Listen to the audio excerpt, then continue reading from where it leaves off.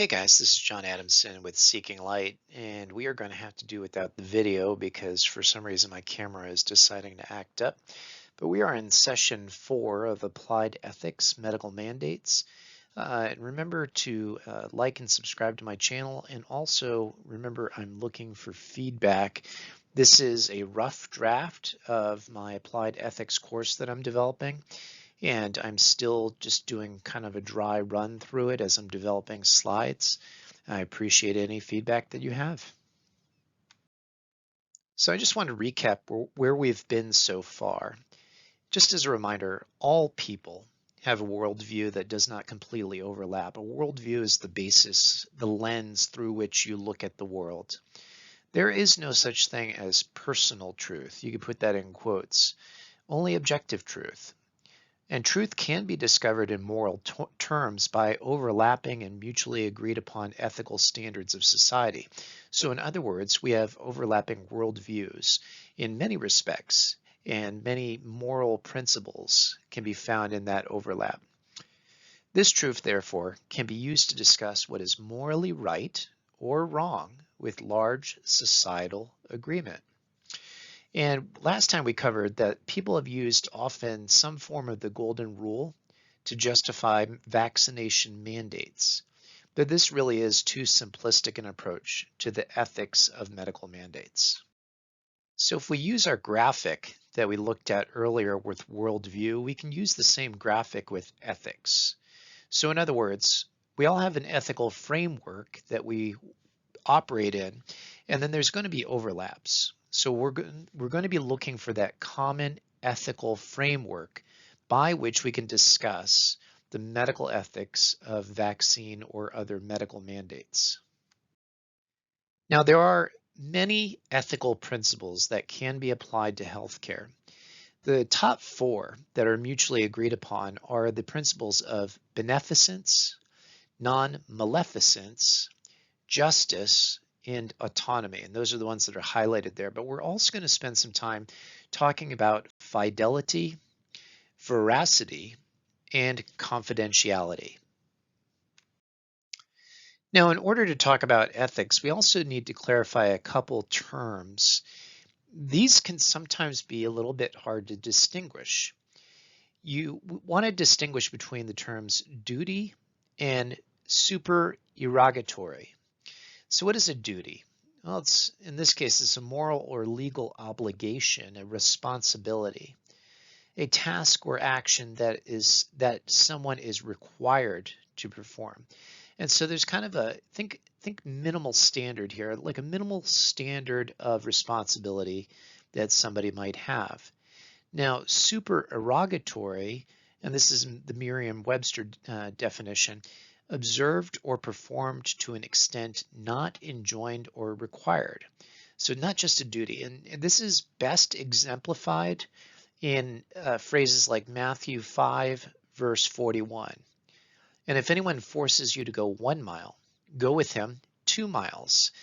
Common in the day of Jesus was a Roman soldier could pick any random citizen and have them just carry his supplies, his backpack, so to speak. And that person was obliged, had a duty, going back to that former term, of carrying it for 1 mile. That's and it was a Roman mile, which actually was, if I remember right, a little bit longer than a typical mile that we have today. But what Jesus was saying is, if he's going to force you to go 1 mile, go with him extra, give him more. In other words, be supererogatory. That would be your duty as somebody following Jesus, is what he's saying in this particular case. And thus we get the term going the extra mile. So one of the big questions in ethics is, what is duty, and then what is going above duty or supererogatory? And sometimes that's a hard distinction to find. Now, the first of our ethical principles that we're going to base our discussion on is the area of beneficence. And frankly, the golden rule would fall under beneficence in its discussion. Look at all those words that are consistent with the word beneficence. Mercy. A good way to remember mercy is not giving somebody a judgment they deserve. Kindness.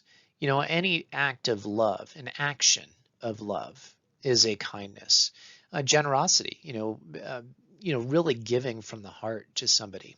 And charity is often used synonymous, especially in older English, with love, just a demonstration of love. You can kind of lump that under the area of kindness.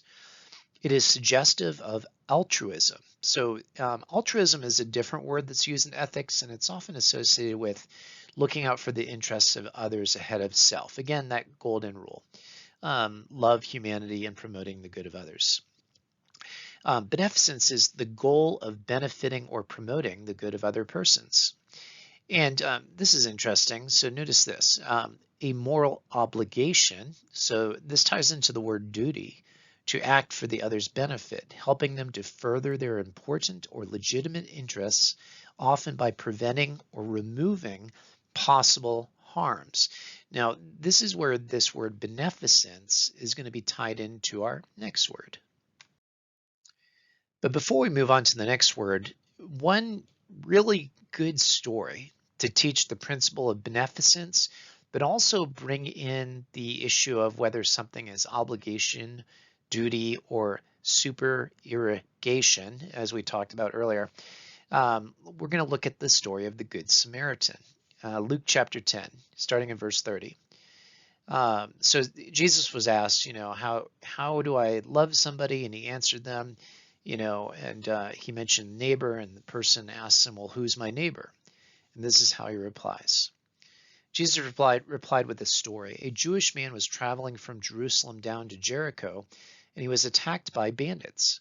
They stripped him of his clothes, beat him up, and left him half dead beside the road. By chance, a priest came by. But when he saw the man lying there, he crossed to the other side of the road and passed him by. Something to understand about this time period, and this is a little aside, is that if somebody was dead or if they were bleeding, they were considered unclean.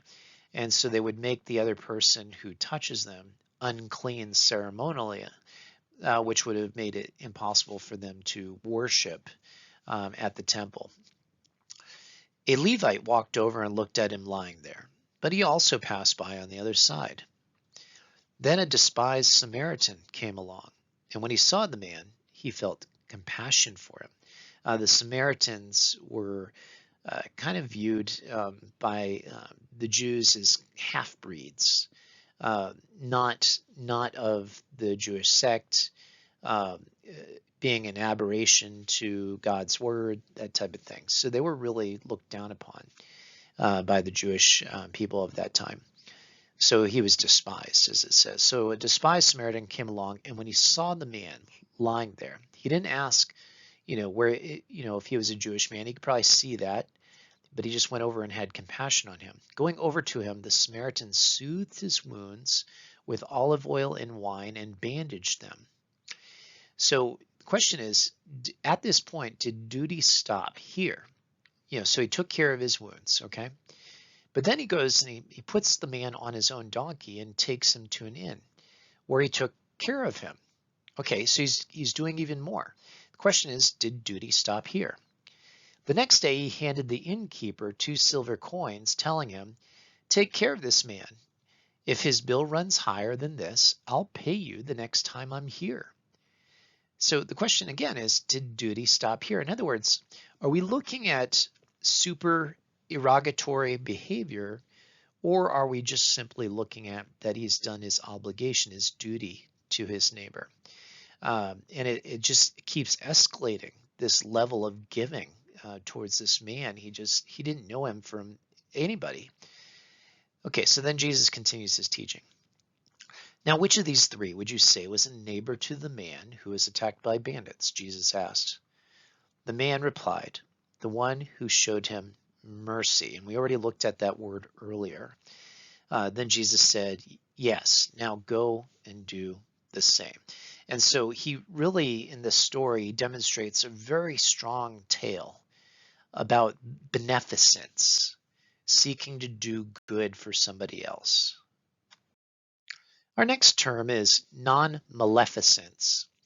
And I'm just going to read this. The principle of non-maleficence holds that there is an obligation. So going back to obligation versus supererogatory, that there's an obligation not to inflict harm on others. And if you like Latin, primum non nocere, first do no harm. And we might recognize that as part of the Hippocratic Oath. And there's more information about this on NIH's website, but non-maleficence.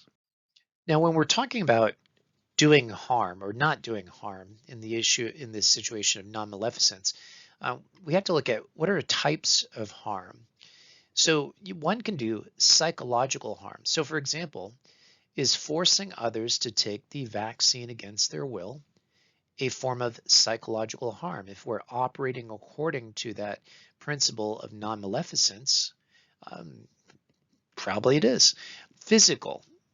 It's one thing to take your chances and not get the vaccine, but take your chances with getting the disease. And then if you get it, you get it, right? But if you directly inject somebody with that vaccine and then they have a negative consequence, and sometimes severe, they've done harm. And then we would say, well, the harm outweighs the benefit. I had a patient who got shot number 1 of one of the vaccines, and he developed Guillain-Barré within 36 hours, lost his ability to walk. And for a little while he was on a vent because he lost his ability to breathe. It did come back. But we could say in that particular case, the non-maleficence, or I should say the maleficence, the harm, was greater than the benefit. There's also legal harm. So you think about like the mandates that are going on right now. We are seeing people lose their jobs. Some have actually lost their jobs because of mandates. So the question is, are medical mandates preventing harm? Well, no, we're seeing lots of different harms. What about social harm? I can't tell you how much stigmatization I have seen between people who have gotten the vaccine against those who have not. There is some going the other direction. Those that are not vaccinated, stigmatizing those that are vaccinated. However, most of commentary has been the other direction. So that is a form of harm. What about economic harm? We're going to go a bit into this later on in the course, but economic harm has occurred due to mandates. So not necessarily getting the vaccine, but the economic shutdown of businesses or curbing businesses' ability to do business has really caused a great deal of harm. So if we're going back to that principle of primum non nocere, first do no harm, we can say that there's been a lot of harm that's already been done in the name of mandates. So what are some examples of harm that have been done? These are articles you can find online. For example, this article from October 7th of 2020, COVID-19 to add as many as 150 million extreme poor by 2021. And this was not COVID itself. The title is a little bit misleading. Always, always, always read beyond the title of articles or news reports because often they can be misleading. And it wasn't the COVID-19 that added 150 million extreme poor. It was the government shutdown of business that made people extremely poor. Now you compare that, and this data was taken as of 12/11/2021. Worldwide deaths from COVID-19 were listed at 5.3 million. Now that's probably potentially underreported, but also overreported. There are a lot of cases where COVID was listed as the primary death cause when it was not, but there's probably a lot of instances where somebody died of COVID and it just wasn't known. So let's just say it's that. Look at that number, 5.3 million, versus those being added into extreme poverty, And knowing that poverty increases all factor comorbidities and mortality risk, the impact of government shutdowns of mandates has been extremely difficult. One thing that's been looked at, and there's disputing articles, but this particular organization notes that there is an impairment in children who have been forced to watch people wear masks all the time, unable to be able to discern the emotions of individuals because all they've seen for their childhood is people wearing masks, where normally a small child would be picking up cues as they develop to read people's emotions and to be able to communicate better. So mandates of wearing masks has caused a form of harm. So one of the things that ethicists have often tried to find is not just a balance between beneficence and maleficence, but making sure that the beneficial effects of something far outweighed the negative consequences. I'll give you an example. You have a patient with cancer. They get on chemotherapy. Now, the ideal would be the chemo knocks out the cancer with minimal side effects. So we would say in that case, the beneficence is great. They were cured of cancer. But anybody that knows patients that have been on chemo know that chemo can cause a number of problems such as anemia, peripheral neuropathy, brain fog, problems with nausea, digestion. So there are a lot of negative side effects from chemotherapy, but the ultimate is that you're looking for beneficence, the healing of the cancer, to outweigh the maleficence. And that's what we're going to be looking at with each component of mandates. So when we're only comparing these two principles, beneficence versus non-maleficence, we have to have some needed assumptions in proposing specific mandates. So for example, the beneficence of the mandates must be greater than the maleficence. Also, we must assume that those that are implementing a mandate are omniscient. In other words, they have all knowledge of the beneficence-maleficence balance. And I'm going to be talking about how they clearly don't.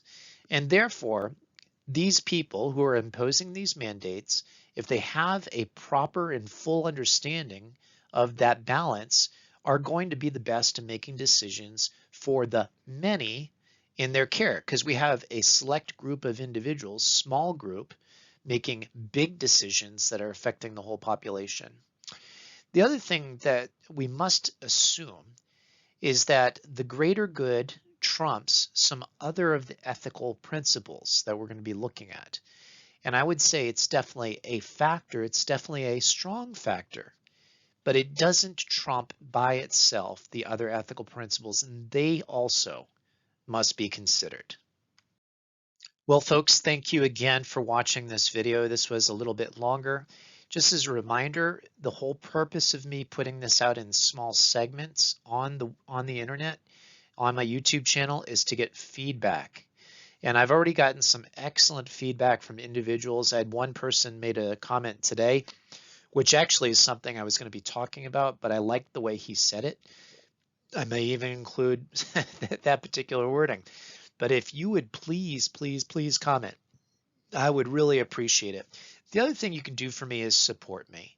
And I do include my specific Venmo link information. I've had a couple people contribute to support my efforts. I greatly appreciate that. Anything you can do, even $3 here, $5 there, whatever you can do is going to be greatly helpful. If you've benefited at all from my channel, I do ask of you to throw a few dollars my way. It greatly helps. I'm a busy man with 12 children, and I'm trying to put this out for the benefit of others and also for, in general, frankly, society, because we need to find multiple avenues to fight medical mandates, being forced to do things that we shouldn't be forced to do.